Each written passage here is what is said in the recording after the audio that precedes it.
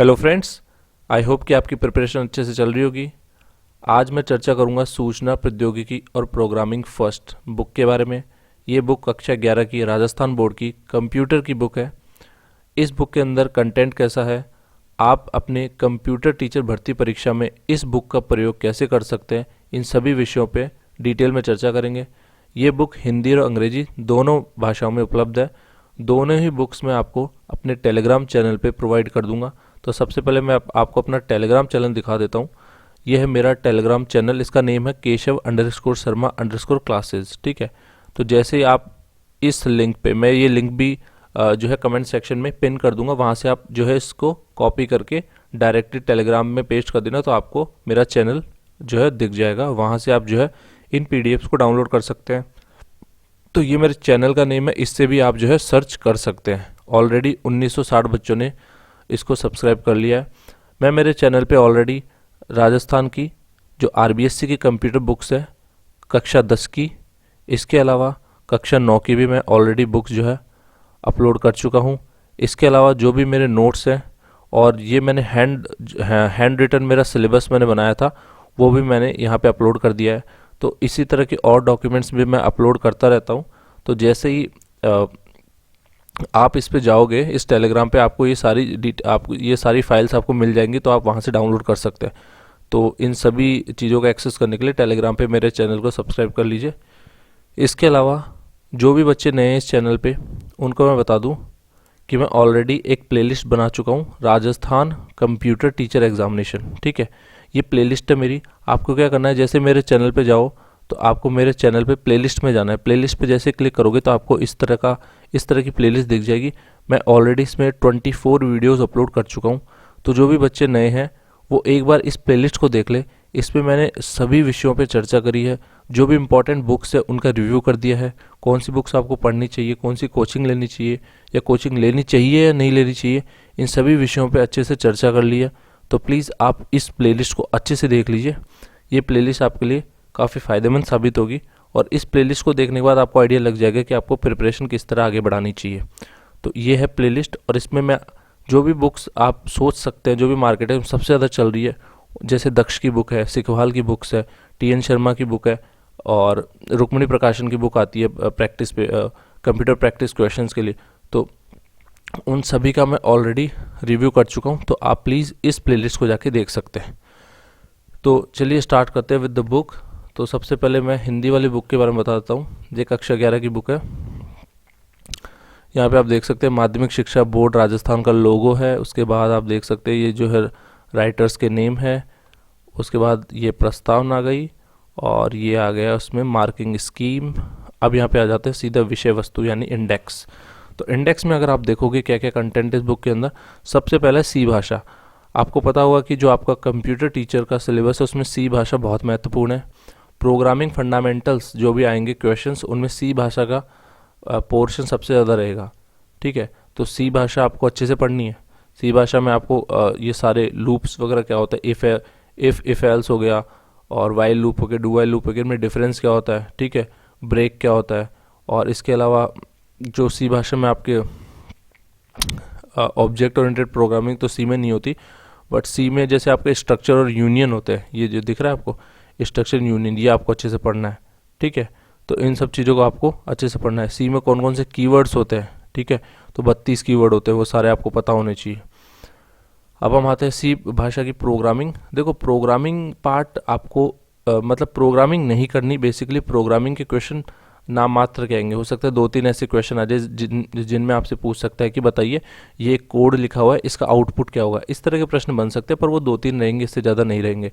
तो अगर वो ज़्यादा टफ आ जाते हैं तो वैसे भी कोई नहीं कर पाएगा, तो उनकी आप टेंशन मत लेना। आप बेसिक्स सारे क्लियर कर लो। जैसे यूनिट 1 आपको पूरी एंड टू एंड पढ़नी है, कुछ भी नहीं छोड़ना यूनिट 1 में। यूनिट 2 आप स्ट्रक्चर यूनियन के बेसिक्स पढ़ लो, बाकी आप छोड़ सकते हो। यूनिट 3 ऑब्जेक्ट ओरिएंटेड प्रोग्रामिंग है, ये तो आपको घोट के पीनी है दोस्तों। इस चैप्टर को करे बिना आप एग्ज़ाम में मत जाना। ठीक है, आप भले ही कुछ भी छोड़ दो, इस चैप्टर को मत छोड़ना। मैं गारंटी के साथ कह सकता हूँ इस चैप्टर से आपको डायरेक्टली या इनडायरेक्टली 5 से 6 सवाल मिलेंगे ऊप्स के कंसेप्ट पे। 5 से 6 सवाल आपको मिलेंगे ही मिलेंगे ऊप्स से। तो आप इस चैप्टर को अच्छे से करके जाना। ये चैप्टर आपको बहुत सारी जगह फ़ायदा देगा, ठीक है। प्रोग्रामिंग के जो भी क्वेश्चंस होंगे उसमें ऊप्स के कंसेप्ट अप्लाई होते हैं बहुत सारी जगह, तो वहाँ आपको फ़ायदा मिलेगा। तो ये वाला चैप्टर आपको रट के जाना है, बिल्कुल रट लेना पूरा, कुछ भी नहीं छोड़ना, ऑब्जेक्ट ओरिएंटेड प्रोग्रामिंग का। अब हम आगे आते हैं कंप्यूटर नेटवर्किंग पे। तो देखो टोपोलॉजीज के क्वेश्चन तो सदाबहार क्वेश्चन है, कोई सा भी एग्जाम उठा लो। अभी जो आईए का एग्जाम हुआ था 2018 में, आईए का एग्जाम हुआ था, उससे पहले जो आपका आरएसएम एसएसबी का जो आईए का एग्जाम हुआ था, सब में टोपोलॉजी का एक न एक क्वेश्चन जरूर आया था। तो टोपोलॉजी जो यहाँ पे है नेटवर्क टोपोलॉजी, जिसमें आपके स्टार बस, रिंग, मैश ट्री, हाइब्रिड, ये सारी टोपोलॉजीज होती है। इनमें से किसी न किसी टोपोलॉजी के बारे में या तो ऐसे पूछ लेगा, एक लाइन दे देगा और पूछेगा कि बताओ इनमें से किस टोपोलॉजी पे ये लाइन सुटेबल है, ठीक है। या कोई भी इसमें कोई एक माइन्यूट सा डिफरेंस होगा उसके बारे में पूछ लेगा, तो वहाँ हम कंफ्यूज हो जाते हैं कि ये किस में काम करेगा। इसलिए टोपोलॉजीज आपको अच्छे से पढ़नी है। कंप्यूटर नेटवर्किंग, इसके अंदर अब नेटवर्किंग के बाद आपका टीसीपी आईपी मॉडल वगैरह सब कुछ। देखिए जो सीनियर इंस्ट्रक्टर की तैयारी कर रहे हैं ना, उनका सिलेबस इस बुक में आपको मिलेगा, तो उनके लिए तो ये बुक वरदान के समान है, क्योंकि पहले ही सीनियर इंस्ट्रक्टर की कोई बुक मार्केट में अवेलेबल नहीं है, अच्छी बुक्स नहीं है।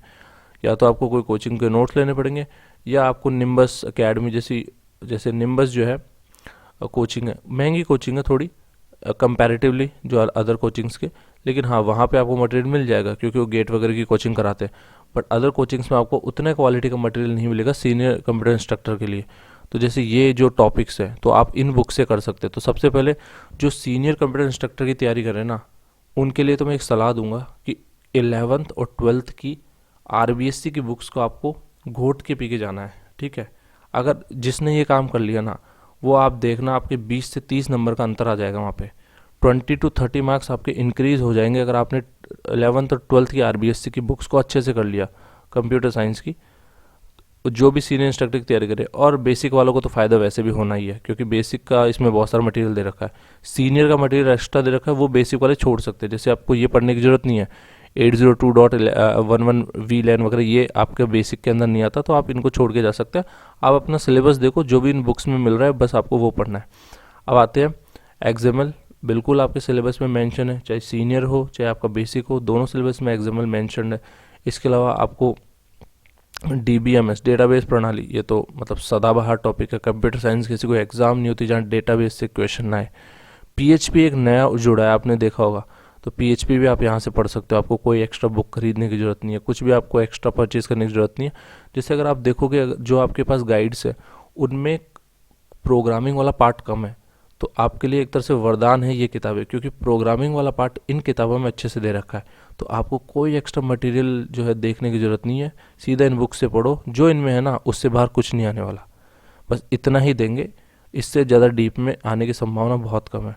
बाकी अगर RSM भी है, वैसे भी वो बदनाम है बहुत ज़्यादा टफ पेपर बनाने के लिए, उनका अगर दिमाग में आएगा कि बहुत ही टफ बनाना है तो फिर वो टेंशन मतलब कट ऑफ 100 ही चली जाएगी, फिर उसकी आप चिंता ना करें।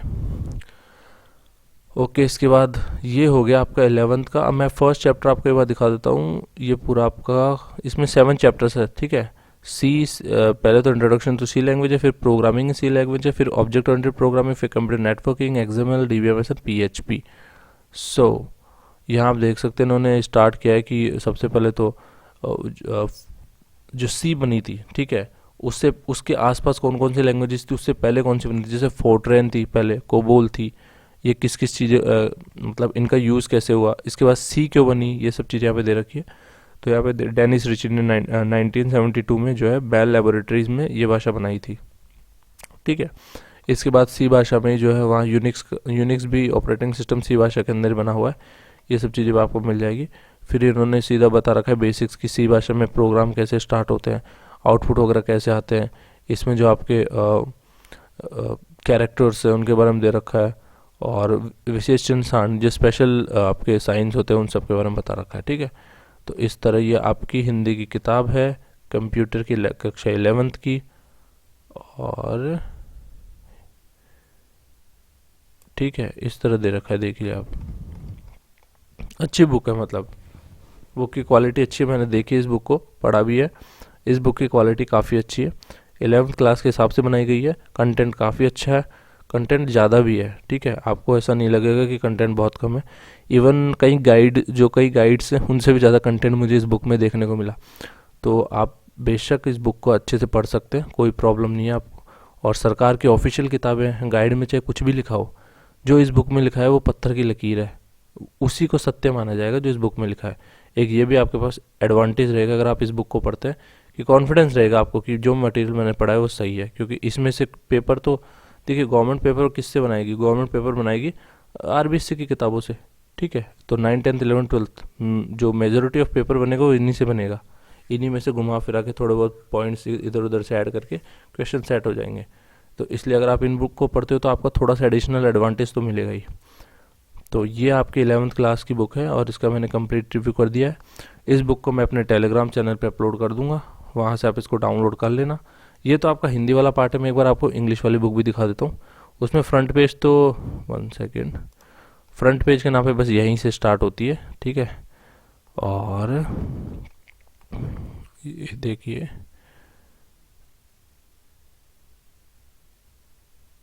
ये प्रीफेस आ गया and this is the syllabus, ठीक है। और सेम है, कुछ भी अंतर नहीं है, बस लैंग्वेज का डिफरेंस है। ये इंग्लिश में है, वो हिंदी में थी। तो this is 11th class books review, complete review मैंने आपको बता दिया है, ठीक है। सेम, इसमें सब कुछ सेम है, कुछ भी डिफरेंस नहीं है। तो ये दोनों बुक्स मैं अपलोड कर दूंगा टेलीग्राम पे, आप वहाँ से इसको डाउनलोड कर लेना, ठीक है। इसके बाद एक 12th क्लास की बुक का भी रिव्यू करना है, वो भी मैं पॉसिबल आई गेस कल तक कर दूंगा वो भी, ठीक है। पॉसिबल हुआ तो मैं कल तक कर दूंगा। एंड अब मैं कट ऑफ के बारे में एक एनालिसिस वीडियो भी लेके आने वाला हूँ, तो वो भी मैं ट्राई करूँगा कि कल तक ही आपको वो एनालिसिस वीडियो भी दे दूँ, ठीक है। तो चलिए मिलते हैं नेक्स्ट वीडियो में। Thanks for watching.